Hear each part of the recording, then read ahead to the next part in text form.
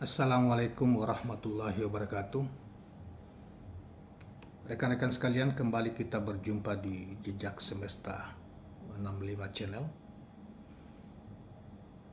Saya berharap bahwa kita semua senantiasa di dalam keadaan lindungan Allah Subhanahu wa taala, sehat dan di bawah lindungan kasih Allah yang Maha Kuasa, sehingga kita masih punya kesempatan menghirup udara kehidupan tanpa ada gangguan dan senantiasa aman, damai, dan bahagia. Kawan-kawan sekalian, kembali kita mencoba untuk mengemukakan suatu risalah yang berkaitan dengan masalah cinta,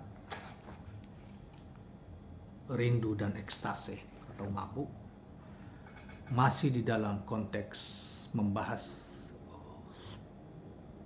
kedudukan cinta atau rindu dan ekstase atau mabuk dalam arti tanda petik dalam konteks tasawuf atau mereka yang menjalani kehidupan dengan tidak tergoda oleh gemerlapnya kehidupan dunia, menjalani kehidupan apa adanya dengan ketulusan yang luar biasa dan tidak tergoda oleh berbagai, apalagi godaan-godaan yang bersifat merugikan orang banyak, yang bersifat kejahatan misalnya. Di dalam kitab yang satu kitab terkenal yaitu Tanwirul Qulub atau menerangi kalbu manusia bumi, manusia langit, yang ditulis oleh Syekh Muhammad Amin Al-Kurdi. Beliau wafat pada tahun 1913 Masehi. Artinya beliau hidup sekitar tahun 500-an atau 600-an Hijriah, 600-700 Hijriah. Baiklah kawan-kawan sekalian, sebelum kita mengemukakan risalah yang temanya atau pokok ininya kita sudah sebutkan tadi, yang mencakup cinta, rindu, dan ekstase tadi.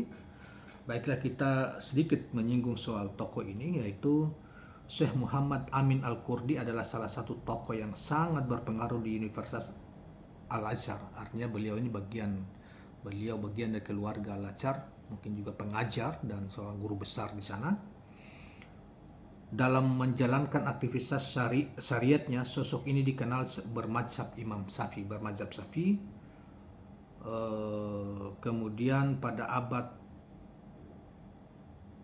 Kemudian beliau aktif dan berhasil terjun di dalam majelis tarekat Naqsabandiyah. Pada abad ke-14 Hijriah, beliau menjadi pilar penting dalam tarekat, dalam tarekat ini di Mesir. Ia wafat pada Ahad malam tanggal 12 Rabiul Awal tahun 1333 Hijriah. Syekh Muhammad Amin Al-Kurdi.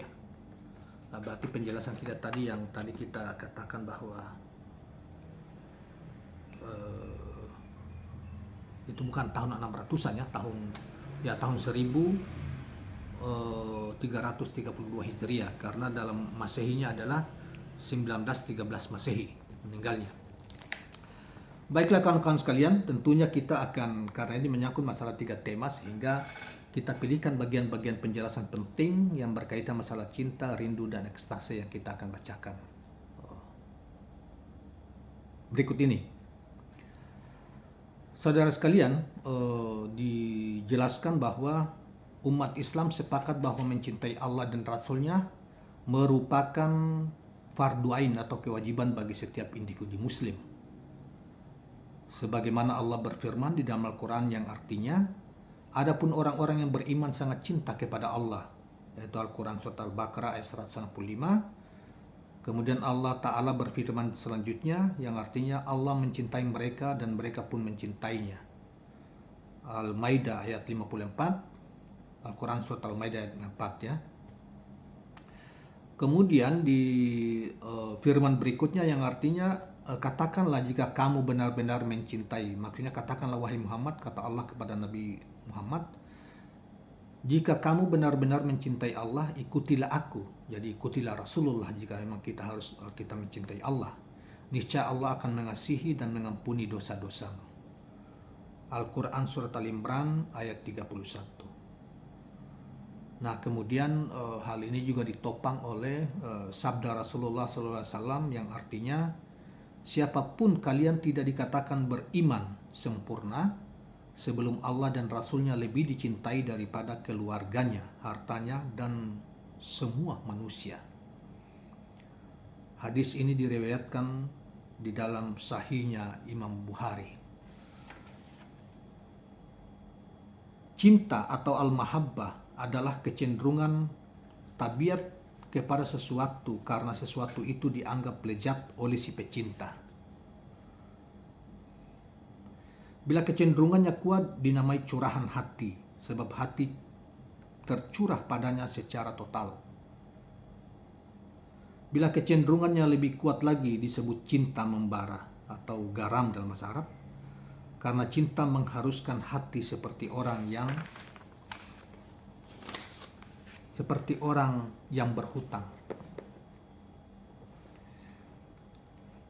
Bila lebih kuat lagi disebut cinta yang meluap-luap. Bila lebih kuat lagi dinamai cinta yang mendalam. Karena cintanya sampai menusuk ke bagian dalam hati. Bila lebih kuat lagi disebut cinta sempurna atau penghambaan, karena si pecinta menjadi hamba bagi yang dicintainya. Hakikat cinta kepada Allah tidak dapat dicapai hamba sebelum sang hamba hatinya bersih dan selamat dari berbagai kotoran jiwa. Bila cinta kepada Allah telah menetap dalam hati, maka cinta pada yang lain akan keluar. Sebab cinta itu bersifat membakar, menghanguskan segala sesuatu yang bukan sejenisnya. Tanda cinta kepada Allah adalah memenggal semua hasrat terhadap dunia dan akhirat. Yahya ibnu Mu'az berkata, kesabaran para pecinta Allah lebih hebat daripada kesabaran para jahid. Aku heran kepada orang yang mengaku mencintai Allah namun tidak menjauhi larangan-larangannya. Barang siapa yang mengaku cinta kepada Allah tetapi tidak menjauhi syahwatnya, dia sungguh pendusta. Begitu juga orang-orang mengaku cinta kepada surga tetapi tidak menginfakkan sebagian harta miliknya, dia juga sesungguhnya pendusta. Dalam kaitan ini kita akan dikutipkan seorang sufi pecinta terkenal yaitu Rabi'ah Al-Adawiyah mengatakan, engkau mendurhakai Tuhan sambil menampakkan kecintaan kepadanya. Demi usiaku, ini sungguh analogi mengherankan. Seandainya cintamu sejati, engkau tentu akan menaatinya. Karena si pecinta senantiasa menaati dia yang dicintainya.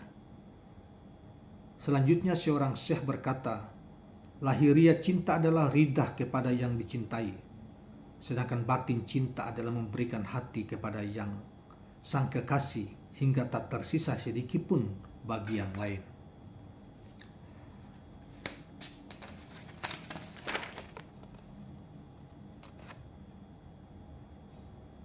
Ketahuilah bahwa orang-orang yang mencintai Allah terbagi atas 3 kelompok, yaitu umum, khusus, dan lebih khusus lagi. Kecintaan kelompok awam kepada Allah itu lebih tertuju pada keberlimpahan anugerah dan kebaikannya. Sedangkan kecintaan kelompok khawas kepadanya murni terbebas dari segala ketercelaan. Adapun kecintaan kelompok khusus wabil khusus merupakan ungkapan tentang meluapnya cinta. Ketika orang jatuh cinta, sirna di hadapan cahaya kekasihnya. Apabila sang kekasih tahu kesejatian cinta yang orang yang jatuh cinta kepadanya, maka hijab di antara keduanya pun akan lenyap. Lalu orang yang jatuh cinta akan terlihat segala rahasia sang kekasih. Saya ulangi, lalu orang yang jatuh cinta akan melihat segala rahasia sang kekasih. Baginya akan tersingkap ilmu yang tersembunyi dan segala rahasia yang tinggi.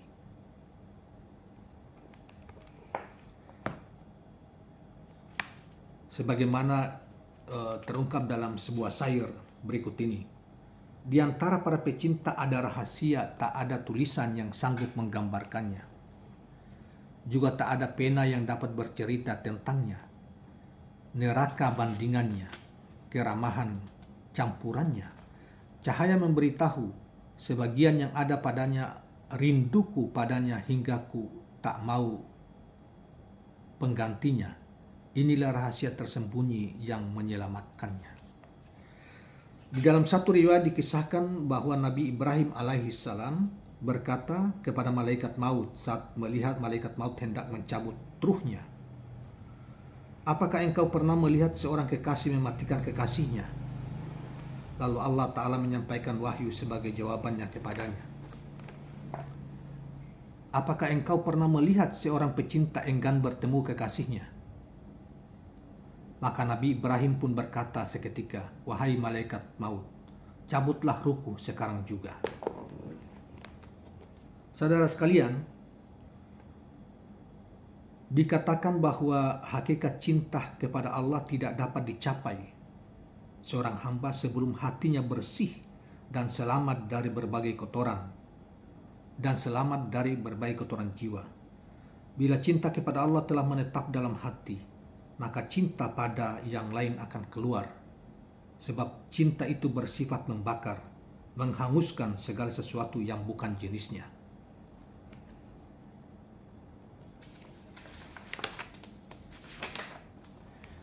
Di dalam kabar Nabi Daud alaihissalam,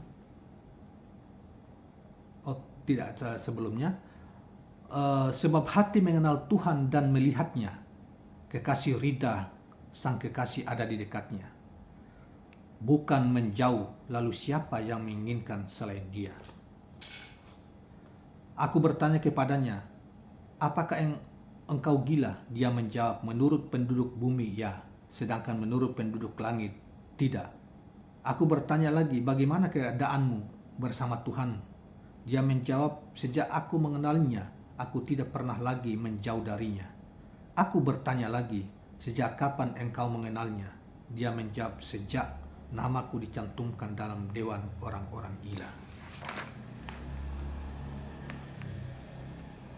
Saudara sekalian, demikianlah soal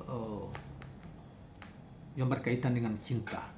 Hal yang kedua yang berkaitan masalah rindu atau syauk. Dikatakan bahwa rindu adalah ketertarikan hati untuk menyaksikan yang sang kekasih. Ada yang menyebutkan bahwa rindu adalah api Allah yang dinyalakannya di dalam hati para walinya, sehingga api itu menghanguskan semua hal yang selain dia yang ada di dalamnya, entah berupa khawatir atau bisikan-bisikan gaib, kehendak, pendapat maupun kebutuhan. Rindu tumbuh dari cinta. Jika rindu telah muncul di hati hamba, maka si hamba akan merasa kematian datang demikian lambat. Karena sangat rindu kepada Tuhannya, lalu dia akan mulai berekstasi, tawajud, dan melayang-layang ke hadirat Tuhannya. Ada seorang bijak pernah bertanya, kenapa Allah tidak berkehendak melestarikan para walinya di dunia? Sang bijak menjawab, Allah enggan menjadikan keabadian bagi para walinya di dunia, tetapi dia memilih banyak karamah yang ada di sisinya bagi para wali dan kekasihnya. Tidakkah kalian tahu bahwa sang kekasih selalu merindu kekasihnya? Bahagialah orang yang ruh dan rehatnya dalam pertemuan dengan Allah. Ketika Sayyidah Nafisah menjelang maut, dia sedang berpuasa dan orang-orang menyuruhnya untuk berbuka. Namun dia berujar, "Betapa mengherankan, Aku telah 30 tahun meminta kepada Allah agar aku menemuinya dalam keadaan berpuasa. Lalu sekarang aku harus berbuka. Ini tidak mungkin. Kemudian beliau bersenandung, menjauhlah dariku hai tabibku, tinggalkan aku bersama kekasihku. Dia akan menambah rinduku padanya, ratap dan cintaku yang membara.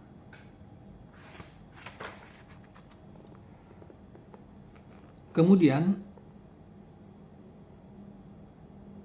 dikatakan bahwa wahai orang yang mengadu rindu karena lama berpisah, bersabarlah, barangkali besok engkau bisa berjumpa dengan dia yang kau cinta.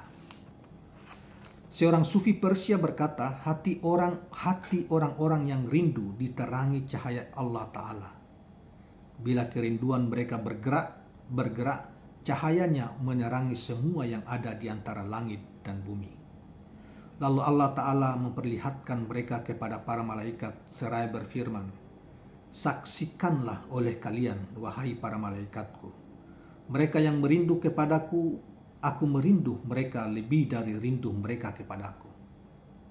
Ada juga sufi yang berkata, barang siapa yang rindu kepada Allah, segala sesuatu pasti akan merasa rindu kepadanya. Demikianlah tentang soal rindu. Dan bagian ketiga adalah soal ekstasi,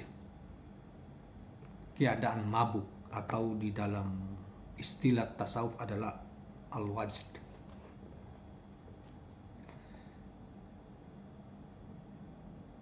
Al-wajd atau ekstasi adalah warid.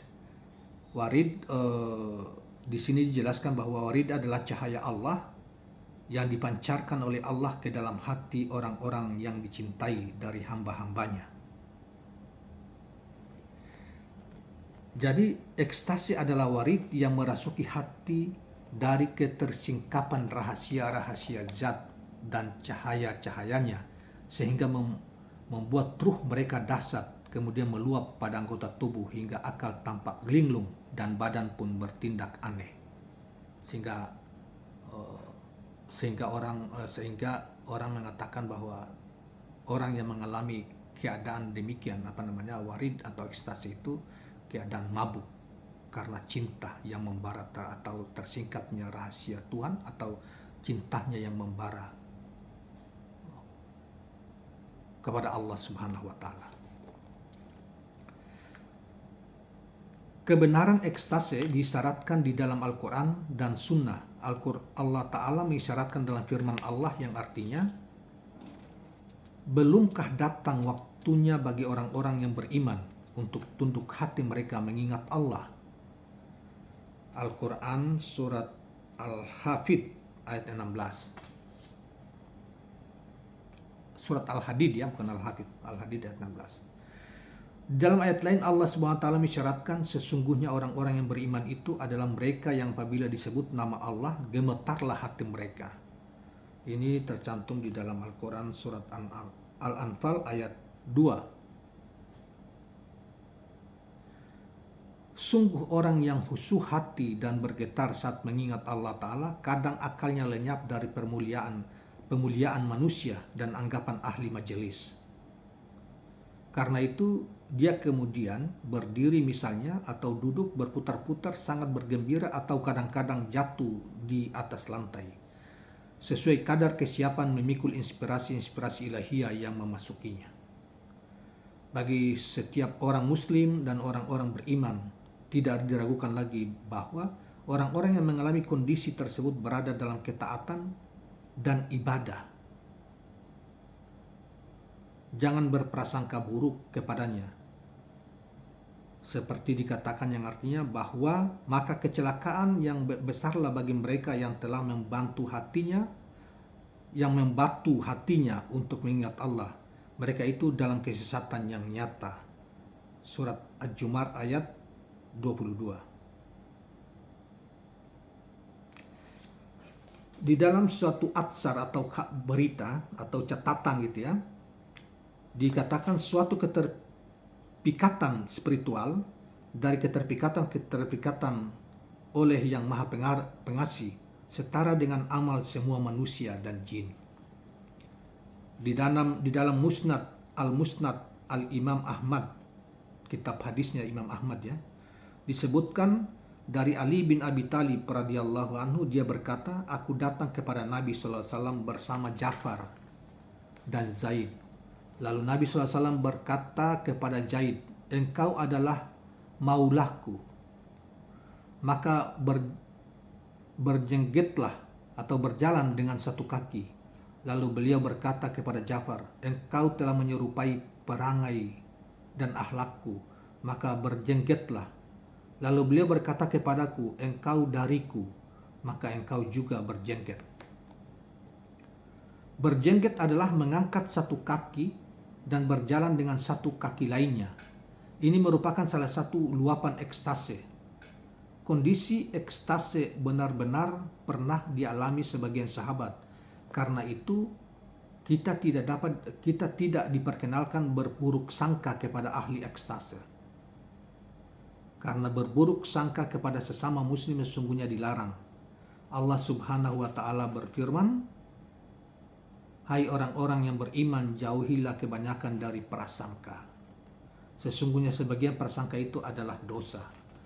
Al-Quran surat Al-Hujurat ayat 12. Menghadapi perkataan dan perbuatan orang yang dalam kondisi ekstasi harus dengan takwil. Dalam kondisi jabah, seorang murid terkadang berteriak,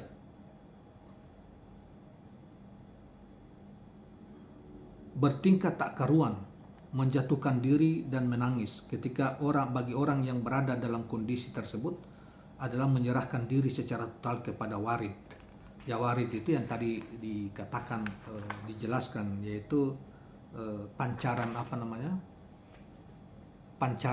cahaya Allah kepada hati yang bersangkutan, dan tentunya menimbulkan proses spiritualitas, misalnya rindu dan cinta yang luar biasa, sehingga seseorang mengalami semacam ekstase. Ada para ahli tasawuf mengatakan ekstase itu adalah keadaan menyatunya biasa orang mengalami itu karena suatu situasi di mana spiritualnya sangat luar biasa, rindu dan cinta kepada Allah. Bahkan ada yang mengatakan bersatunya ketika terjadi hulul atau persatuan antara sang hamba dengan Tuhan, seperti yang diperkenalkan oleh Abu Mansur Al-Hallaj yang sebelumnya kita sudah membahasnya. Jadi murid yang beriman sejati kehendaknya berusaha ekstase untuk mencari hakikat dengan belajar menangis. Ada hadis yang disandarkan secara mauquf kepada Abu Bakar, Abu Musa, dan Abdullah bin Umar, yang artinya, menangislah kalian, bila kalian belum bisa menangis maka berpura-puralah menangis. Ini hadis diriwayatkan oleh Imam Ahmad di dalam Az-Zuhud.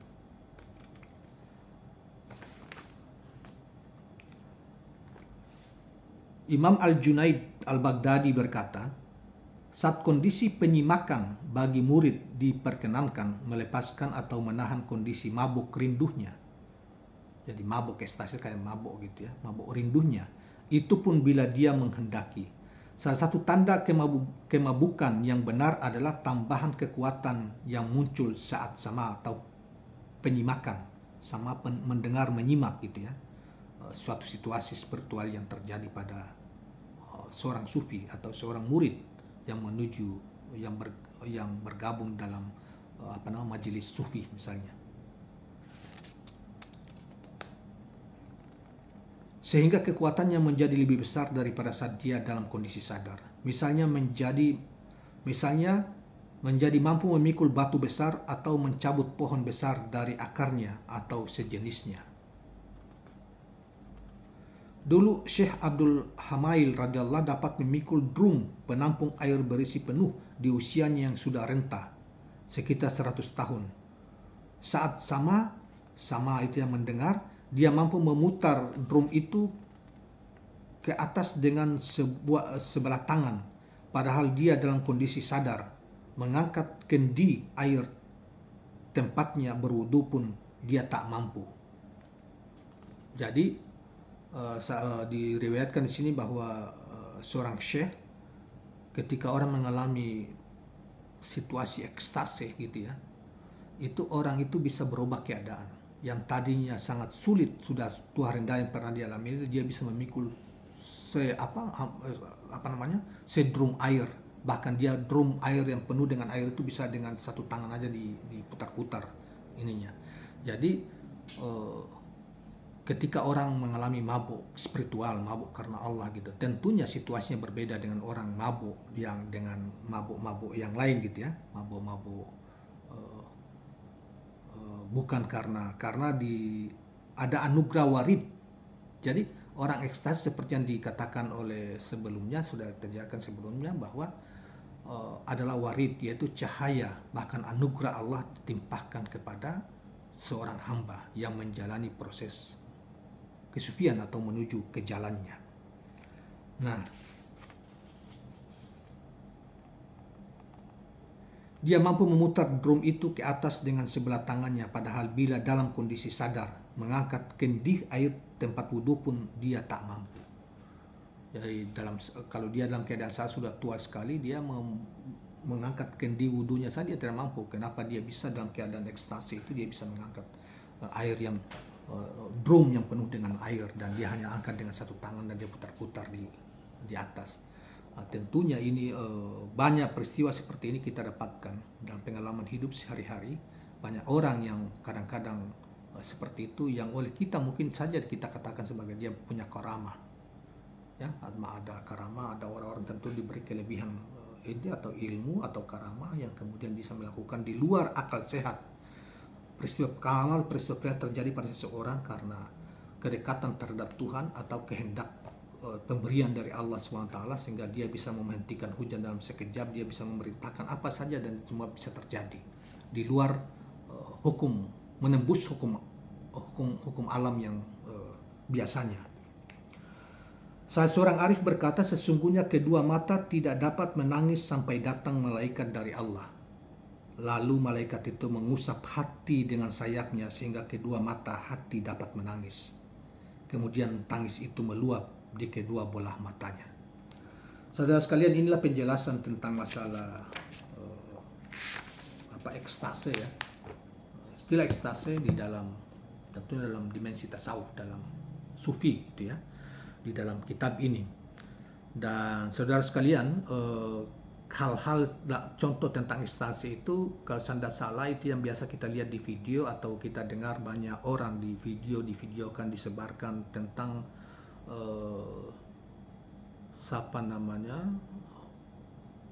Abarehan yang di Banten kalau saya salah, yang banyak itu kan gitu ya, orang kadang-kadang tidak waras. Atau ada juga yang di Jakarta ya, ada beberapa Habib, ada juga yang di tempat lain.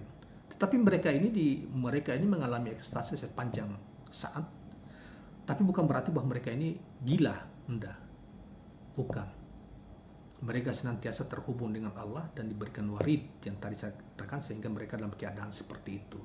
Dan banyak orang yang percaya seperti itu sehingga datang minta berkah, bahkan datang minta kata-kata, petunjuk dan lain sebagainya kepada mereka. Terakhir misalnya Barehan itu dikunjungi oleh misalnya Habib Rizik setelah keluar dari penjara misalnya. Di kalangan ahli-ahli, tokoh-tokoh agama, terutama ahli-ahli sufi, mereka yang menjalani jalan sufi, mereka percaya sepenuhnya tentang itu, tentang hal itu. Apalagi karena itu, kalau orang tidak bisa membedakannya, dianggap sebagai karamah dan lain sebagainya. Karamah adalah, kalau karamah diterjemahkan secaranya adalah suatu kedudukan kemuliaan di suatu tangga tasawuf. Mereka yang menjalani sufi, yang dianugerahi Allah kelebihan kemuliaan, sehingga dalam waktu-waktu tertentu dia bisa mengatakan sesuatu atau suatu peristiwa terjadi di luar nalar manusia, tidak bisa dinalar, bahkan bisa menembus hukum-hukum alam yang seperti yang di luar kejadian hukum alam, seperti yang saya sudah sampaikan tadi. Kawan-kawan sekalian, demikianlah mudah-mudahan bermanfaat. Dan sekali lagi bahwa ini hanya pemantik saja, pemantik semacam rangsangan tentang kaitan masalah apa yang kita bacakan ini, sehingga bagi Anda yang belum puas sepenuhnya itu, Anda bisa mencari kitab-kitab yang terkait dengan itu, terutama kitab yang berkaitan dengan masalah-masalah sufi, tasawuf, yang membahas soal-soal cinta, rindu, dan ekstase maupun yang lainnya. Salah satu kitab yang saya maksud tentang itu adalah kitab yang barusan kita bacakan tentang 3 hal itu. Ya, terima kasih. Dan sebelum kita akhiri, kawan-kawan sekalian jangan lupa subscribe, share, dan like channel ini. Assalamualaikum warahmatullahi wabarakatuh.